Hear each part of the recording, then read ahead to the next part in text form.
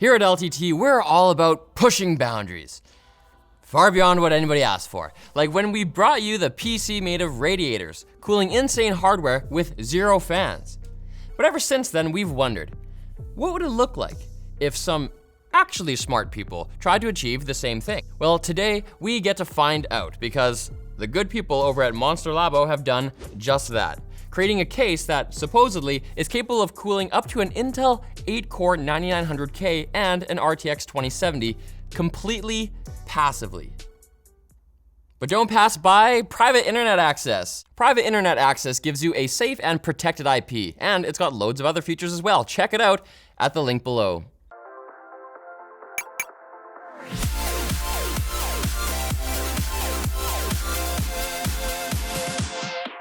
With this being MonsterLabo's first product, actually, it's even called the first, we were naturally a little bit skeptical. But now that we've built an entire system inside it, there actually is some truth to their claims, but more on that later. Starting on the outside, the first has an understated look. Well, I mean, ours does have a custom paint job, so it's visually a lot louder, but normally it's painted in either black or white satin metal finish, along with a metallic accent piece, which kind of, to me, makes it look like a mini fridge. But I'm not mad, because with everything else these days trending towards rainbow barf, I personally appreciate the more subdued look. Up top, we get dual USB 3.0, audio, and a pretty power button that frankly just loves to get stuck. Around back, there's access to the PSU, and that's about it, with the motherboard I/O relying on pass-through cables, limiting you to 5 ports max on this oddly unfinished backing piece. It seems like this was kind of an afterthought, especially since the included DisplayPort pass-through doesn't have mounting holes, and the HDMI pass-through didn't come with screws. But enough of the boring stuff. Inside is where things get interesting. After removing all 3 outer clamshells and their accompanying 14 screws, we finally get to get a glimpse of the internals. And right about now, it also starts to become apparent that this case isn't for first-time builders, or even pretty experienced ones, since we ourselves were kind of lost at this point. But okay, we're humble. Why not just consult the manual? Because there is no manual. No, MonsterLabo instead opted for a series of assembly videos, which are way more annoying to scrub through than a regular print manual. But nevertheless, they did help us find a few more screws that were hiding behind this weird fabric tape that we quickly introduced to the trash bin. Once it is opened up though, man, is it ever cool looking. I mean, literally, look at that heckin' heatsink.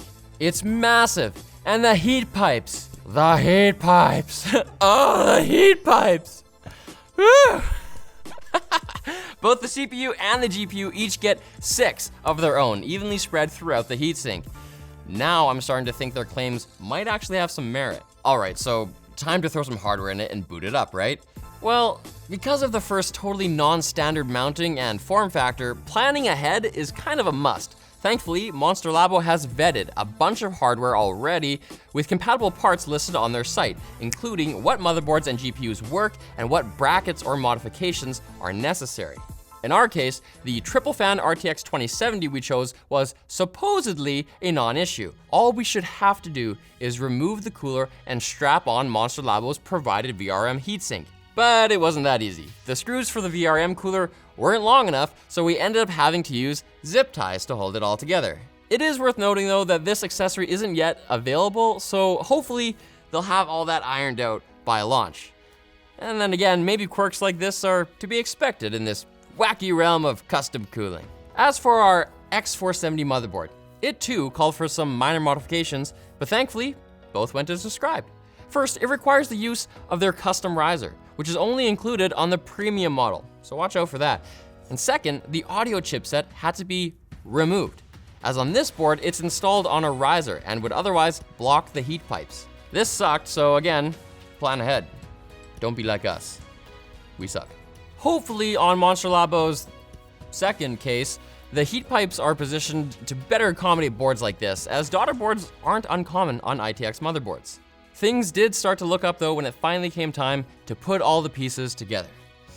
That is, until we went to mount the motherboard and found that there was no mention anywhere of which bracket to use for AMD's AM4 socket. Fortunately though, MonsterLabo's customer service was pretty quick to respond, and they informed us that AM4 boards actually use 2 of the brackets in tandem, which was easy enough after we figured it out. Once that was out of the way, the rest of the assembly was pretty straightforward. You might have to bend the heat pipes just a little bit and slide the motherboard and GPU mounts back and forth in order to make sure that everything lines up properly, but that's apparently pretty normal. Installing Corsair's SF600 SFX power supply was a walk in the park, and its fan doesn't even spin up at full load with this setup. Nice. Storage-wise, we opted for a Samsung M.2 SSD, but the First does advertise support for 3 2.5-inch drives, along with one 3.5-inch drive, if that butters your biscuit. Just above the PSU is where the included 140mm fan can be mounted, or it can be removed to accommodate full ATX power supplies. A nice touch. But blah, blah, blah, who cares about all that? We want to know about performance. And as you can imagine, with a high-end setup like what we chose, temperatures are simply not going to be as low as with a fan-cooled setup. But for something that's entirely passive, this is pretty impressive. We did notice when running without the fan that 2700X loses some boost clock while hitting 84 degrees Celsius under an IDA64 CPU load. But if you remove the top cover panel, like they recommend, it's really competent.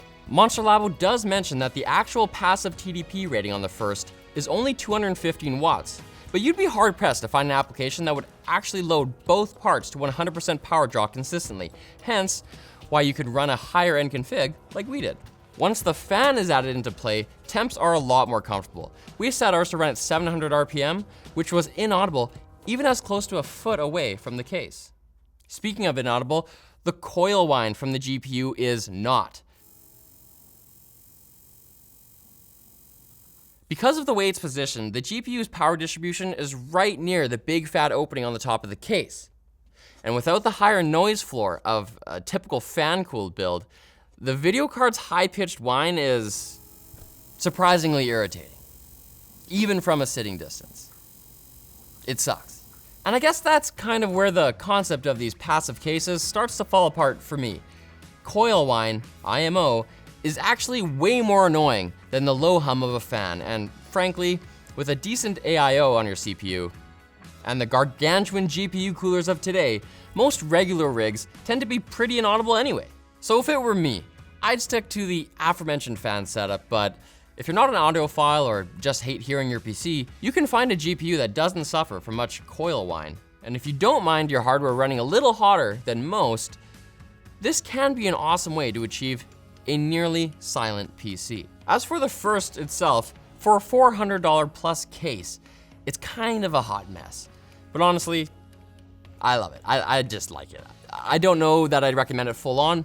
Clearly 1 or 2 corners were cut, but it's just so freaking cool. It kind of looks like a build your own Corsair one.